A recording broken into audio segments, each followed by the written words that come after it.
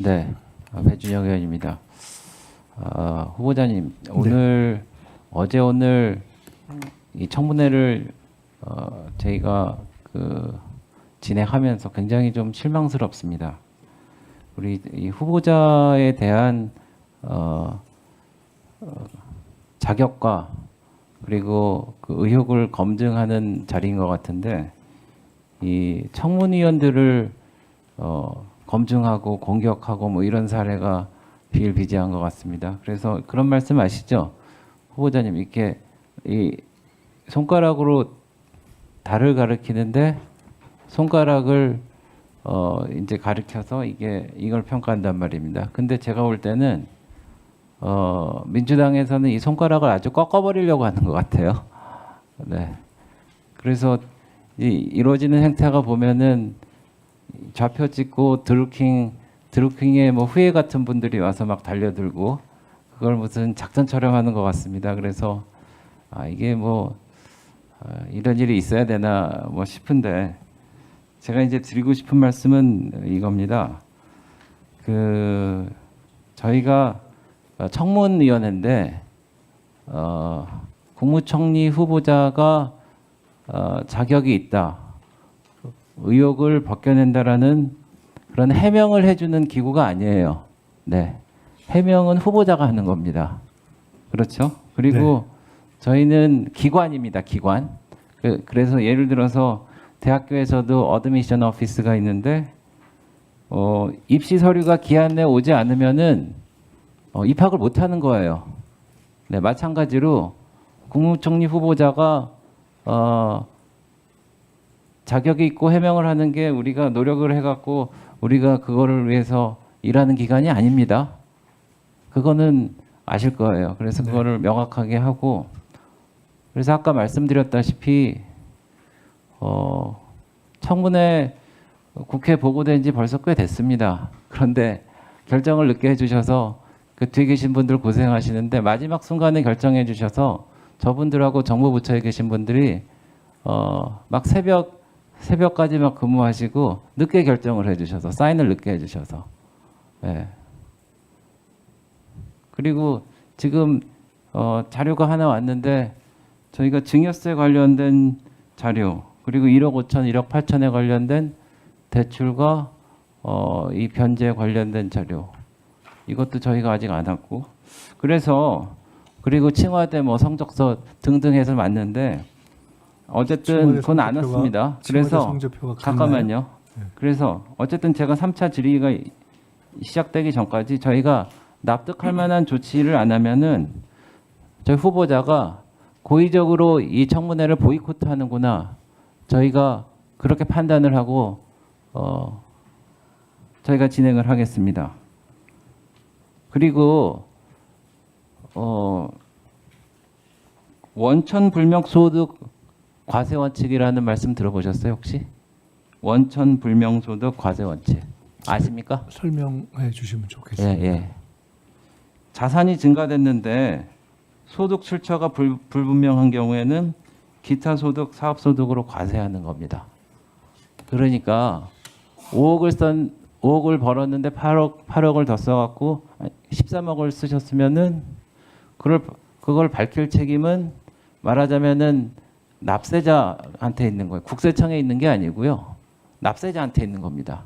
그러니까 번 돈하고 이제 지출한 돈하고 다르면은 과세 당국에서는 만약에 국무총리 후보자님한테 과세를 할 때는 그 기준으로 합니다. 네. 정부기관이 그렇게 움직이는데 후보자님은 그거를 나는 내 입을 통해서 충분히 얘기를 했으니까 서류도 필요 없고 증인도 필요 없고 니네들이 알아서 밝혀봐라. 저희가 무슨 수사기관입니까? 저희는 그 자료를 안 내는 것은 안 내실 거는 여기서 판단하지 말라는 얘기로 받아들이고 그래서 저희가 보이콧으로 인정할 수밖에 없다. 이 말씀을 명확하게 드립니다. 마지막 기회 드립니다. 자, 그리고 아까 그 존경하는 황운하 의원께서 잠깐 말씀을 하셨는데 이 대통령 사면 문제가 있는데요. 박근혜 정부 때 5,900명, 문재인 정부 때 6,400명, 윤석열 정부 때 1,600명 이렇게 맨 첫 번째 시기에 사면을 했는데 박근혜 정부 때는 취임 이후 338일째, 문재인 정부 때는 234일째, 윤석열 정부 때는 100일째. 그러니까 충분한 검토와 시간을 가지고 그걸 했단 말이죠. 근데 이제 박근혜 윤석열 정부 때는 정치인은 일괄 제외하고 문재인 정부 때는 좀 줄이긴 했어도 정봉주 의원 이런 분들은 사면을 했습니다. 그래서 지금 근데 방금 그 황운하 의원께서 존경하는 황운하 의원께서 조국 전 장관의 사면 문제를 말씀하셨는데 이제 포용의 통합의 범주에는 포함되는 것처럼 이제 국무총리 후보자가 말씀하셨는데 사면은 대통령의 고유 권한이긴 하지만은 국무회의 의결 사항입니다. 국무총리 후보자가 이제 만약에 국무총리가 되면 부의장이 될 텐데 의견을 낼 수 있어요. 그래서 그거에 대해서 제가 어떻게 생각하시는지 좀 궁금하고요. 또 이런 분이 계십니다. 그 대법원에서 7년 8개월을 확정받고 복역 중인 이화영 전 경기도부지사가 이런 글을 올리셨는데 SNS에 감사합니다. 끝까지 싸우겠습니다. 모든 민주시민들과 소중한 자산이자 함께 살아가는 이웃입니다. 시민들이 함께 연대하며 직접 사면 복권을 관철해냅시다. 21대 대통령 취임 국민 통합 내란 종식 특별 사면 복권 서명 운동 이런 거 했는데 그래서 꼭 사면을 해주실 것처럼 말씀을 그쪽에 좀 가깝게 말씀을 하셨는데 저는 좀 궁금해서 여쭙니다. 그래서 그게 제 질문이고 다시 한번 말씀드리지만은 이렇게 불성실한 태도와 자료 제출과 증인 제로의 청문회 갖고 저희 보고 하라는 거는 저희를 정말 모욕하는 거예요. 있을 수 없습니다. 그래서 저희가 이제 2차 질문을 마치고 저희가 회의를 할 텐데 자료를 다 내십시오. 네. 네, 아까 사면과 관련한 황운하 의원님의 질문에 대해서 제가 드린 답변은 다시 한번 반복하자면 딱 이 내용이었습니다. 사건별로 어떤 사건은 억울하고 부당하니 사면 복권되어야 한다라는 접근법은 저로서는 개별 사건에 대해서 다 확인되지 않았으니 잘 뭐라고 답하기 어렵다. 두 번째로 그렇지 않다면 어떤 사면을 한 경우에는 가상해서 볼 때 국민통합이라는 접근법이 있지 않을까라고 생각된다. 세 번째로 그러나 어떤 경우에든 제가 보는 국민의 어떤 민심은 이번 내란과 관련된 부분, 그 핵심과 관련된 부분에 대한 사면 내지는 어떤 법적 처단을 유예되면 안 된다는 국민의 판단이 있을 것 같다.